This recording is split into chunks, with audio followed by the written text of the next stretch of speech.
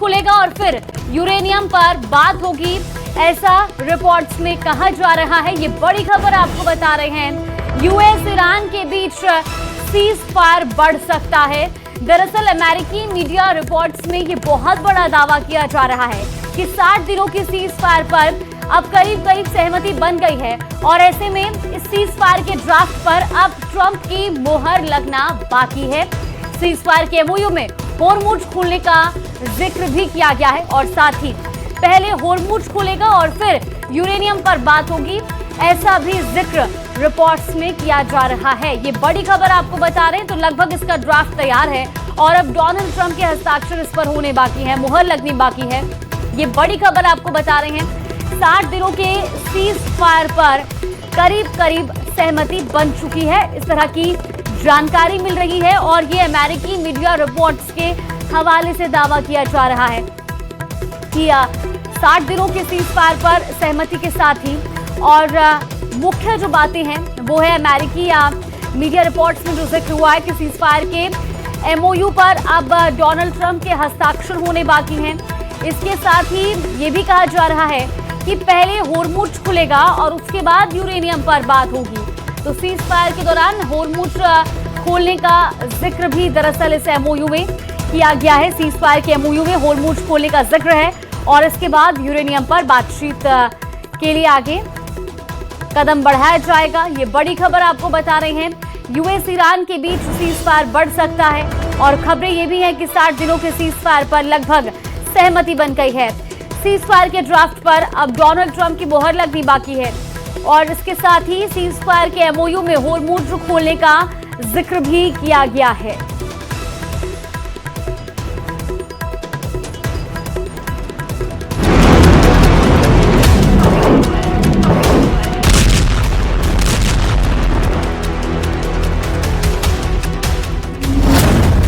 US Iran में formula final, जंग रोकने का ड्राफ्ट तैयार, कौन जीता किसकी हुई हार।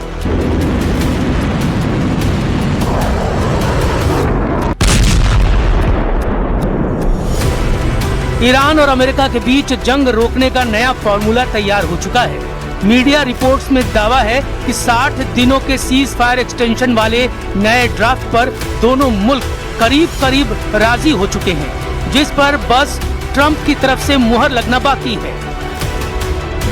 सबसे दिलचस्प बात यह है कि इस बार डील के लिए अमेरिका ज्यादा बेताब नजर आ रहा है। आलम यह है कि अब तक ईरान के साथ समझौते में शामिल रहे अमेरिकी उपराष्ट्रपति जेडी वेंस हार्मुज पर सरेंडर को तैयार दिख रहे हैं।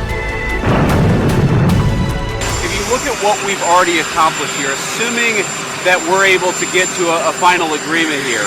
We're reopening the Straits of Hormuz. We've already decimated their conventional military, and we're in a position where we could substantially set back their nuclear program, not just during the term of this president, but over the long term.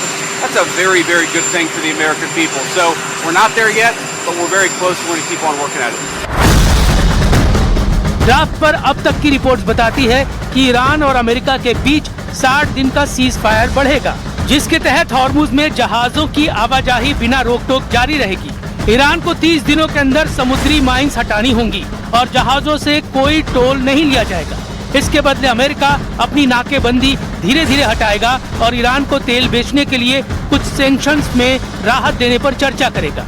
समझौते में Iran का परमाणु हथियार नहीं बनाने का वादा भी शामिल है और इन शुरुआती 60 दिनों में ही हाईली एनरिच्ड यूरेनियम और यूरेनियम एनरिचमेंट पर भी बातचीत होगी, जो इस पूरी डील के सबसे क्रिटिकल पॉइंट है, जिन पर फिलहाल दोनों ही खेमों से तेवरों में कोई बदलाव नजर नहीं आ रहा।